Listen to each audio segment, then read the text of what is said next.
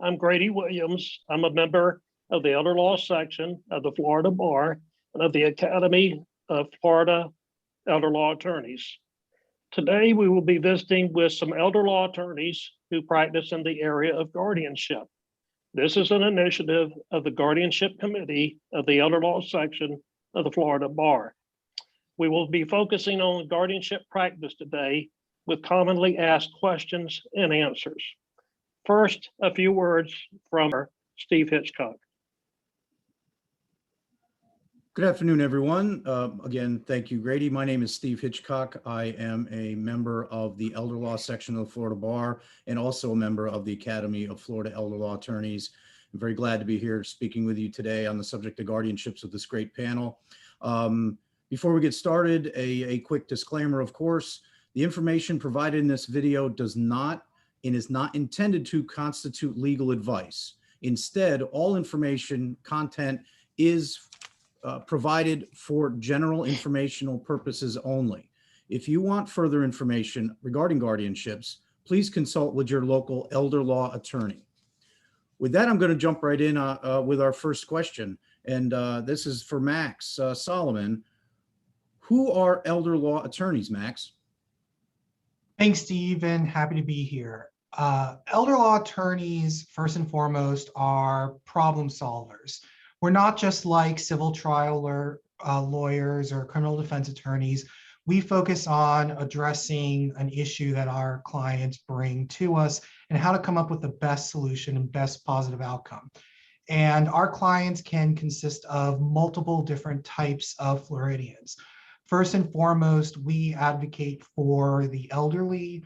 We advocate for individuals with disabilities, young adults as young as 18 or 19 years old with developmental disabilities, and their family members, friends, and other caregivers. We work not just in the courtroom to advocate in different types of cases like guardianships, but we also work with medical providers, social services, helping to moderate and mediate internal family disputes. Ultimately, we are a holistic practice, working with different types of professionals and stakeholders with various issues like estate planning, mental health issues, probate, disability law, state and federal issues, and also guardianship. Working with these professionals like doctors, like social workers and case managers, financial advisors and CPAs, we work with our clients to resolve any types of problems that they may have to come up with the best, most cost-effective solution to ensure that their wishes and their voices are heard. I'm elder law attorney Britton Swank, and Victoria, for our next question, can you just explain for the audience, what is it that elder law attorneys do? Hey, Britton, and thank you. My pleasure to be here today. I practice in Tallahassee, Florida, and around the legislature a lot during session. And one of our main focus as elder law attorneys is the protection of vulnerable adults. And of course, our aged and disabled clients are extremely vulnerable. And what we elder law attorneys have done over many years is work very, very hard to protect the elderly and disabled clients and citizens of Florida, including working very closely with the Attorney General's office over the years and recently to pass legislation that protects, that enhances the protections against exploitation and abuse and neglect, as well as that provides now enhancements to take away basically property that exploiters take during a vulnerable adult's lifetime. That property is now going to have to come back. Basically, you can't, an exploiter can't inherit property that they have procured by undue influence or exploitation of a vulnerable adult. So that's a huge thing that we elder law attorneys have a passion about. I'm so proud of it, and we're going to continue to do it. We've got some of the strongest laws in the country in Florida to protect our vulnerable citizens.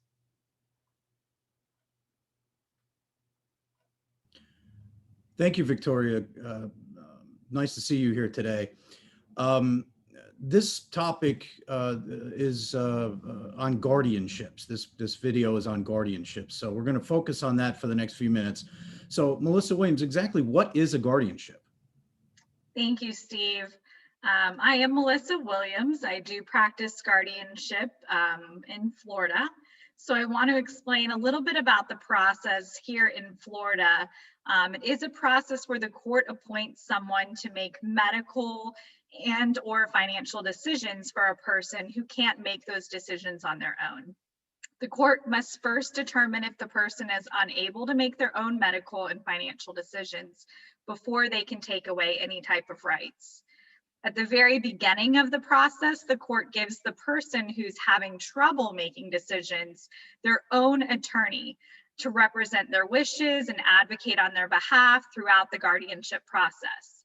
Even if the person isn't able to pay for their own attorney, they still get someone appointed to them to advocate for their interests during the process. And unlike other states, the courts in Florida first appoint a committee of 3 medical professionals to complete an examination of the person who's having trouble making decisions. The committee members give their findings to the court and the parties involved in the guardianship case. If based on those reports of the examining committee members, the court finds that the person is unable to make their own decisions, the court will then decide who should be appointed to make decisions on their behalf. The goal is to have the least restrictive process in place to allow medical and financial decisions to be made for the person who's having trouble making those decisions on their own. Establishing a guardianship is the most restrictive option. So the court always looks to see if there's a less restrictive option available before naming a guardian. Less restrictive options include having a power of attorney, a healthcare surrogate in place to make appropriate decisions for the person who cannot make those decisions on their own. So if the person has a power of attorney or a healthcare surrogate in place that allows someone to make decisions, then a guardian most likely will not need to be appointed in that case. Paul, can you explain for listeners why it is a guardianship may be needed in the first place?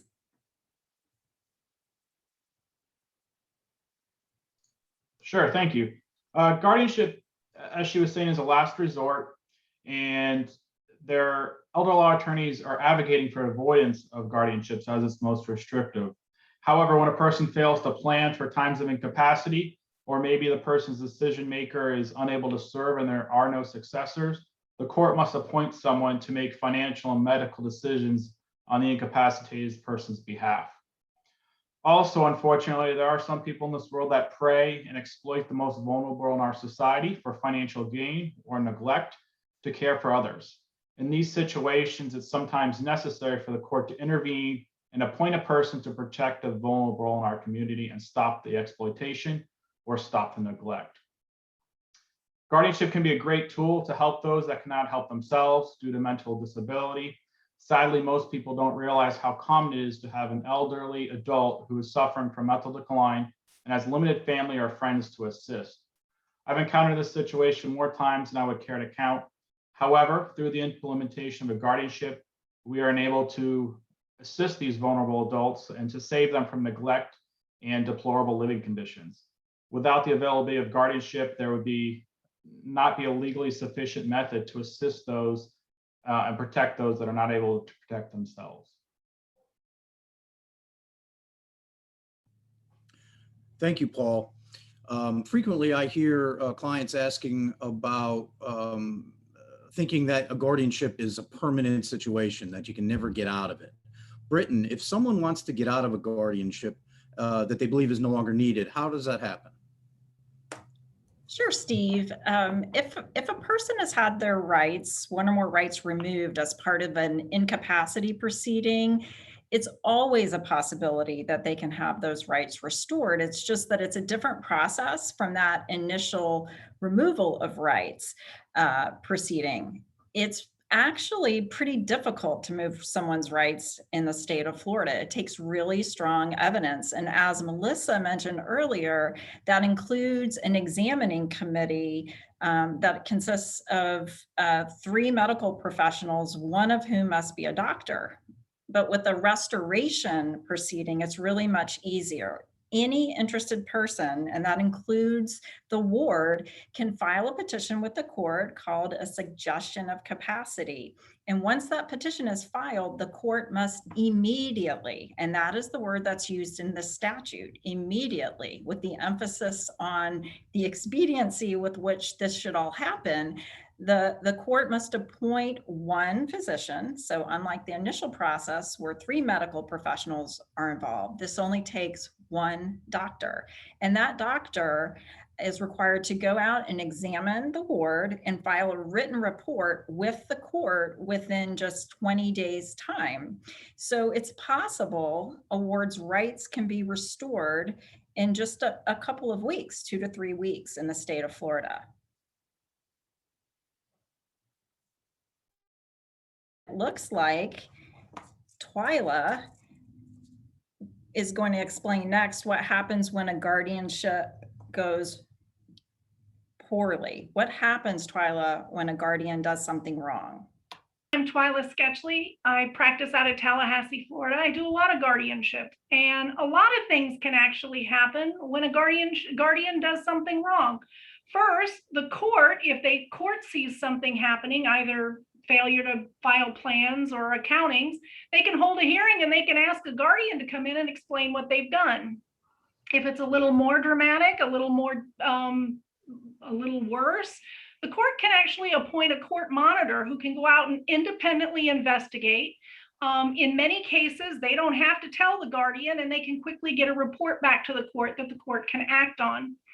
Any interested person who sees that a guardian is misbehaving or doing something wrong, they can say something to the court, they can write a letter, they can file a petition, and the guardian can be brought into court to explain what they've done. Guardians can be suspended by the court for doing something wrong. They can be required to repay money that they may have mismanaged or have taken. A court can even refer a guardian for criminal investigation, which I have actually asked for in some of my cases. If a guardian disobeys a court order or fails to follow the law, a court can even hold them in contempt and put them in jail. And recently, as Victoria stated, we now have legislation that just passed in Florida that will give the Attorney General's office expanded powers to prosecute abusers and exploiters, which include bad guardians. Thank you very much, Twyla. Bill Johnson, Twyla mentioned quite a few things that can happen to guardians that have done wrong, but who really oversees the guardian? Thank you, Steve. My name is Bill Johnson, and I practice in Melbourne, Florida. Well, contrary to a lot of misinformation out there, guardians aren't just able to willy-nilly do whatever they want with somebody's finances and healthcare. So once someone's appointed as a guardian, they have to file an inventory of what the assets in the guardianship are. And then anytime they want to transfer, say, sell or donate an asset, they have to go to court and get a court order. Certain healthcare events require court orders as well, such as signing a do not resuscitate order. So there is a court oversight over the guardianship process. Now, you don't need court oversight just to pay bills, such as healthcare providers and things like that. But if you're going to purchase large items or sell or transfer items, you do need to go to the court and get permission. Also, on an annual basis, a guardian is required to do an accounting, and that is what came in and what went out since the inventory was filed. Those accountings are audited by the clerk of the court. So we're going to see each transaction, how it transpired, and the clerk of the court is going to send a report to the court on whether or not there was a court order needed or not for each of those transactions. and also point out any discrepancies in the accounting that may be of concern. So we have a court oversight.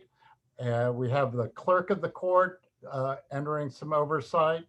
The guardian is also required to file a plan, what their plan of care for the ward for the upcoming year is.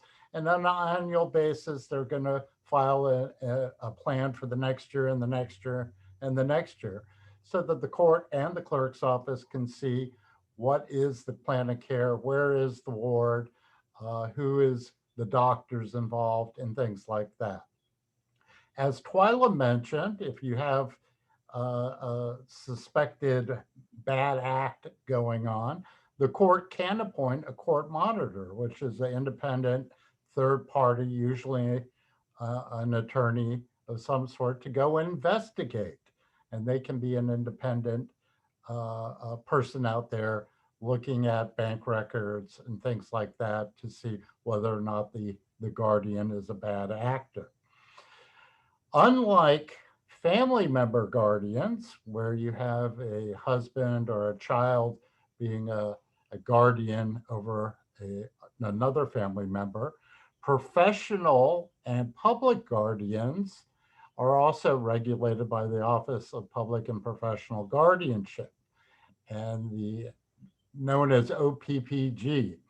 And OPPG has established a set of standards of practice for public and professional guardians for them to adhere to those standards. Now, if a public or professional guardian is not adhering to those standards, someone can file a complaint with OPPG, and they will investigate that complaint and issue either a report or a course of action.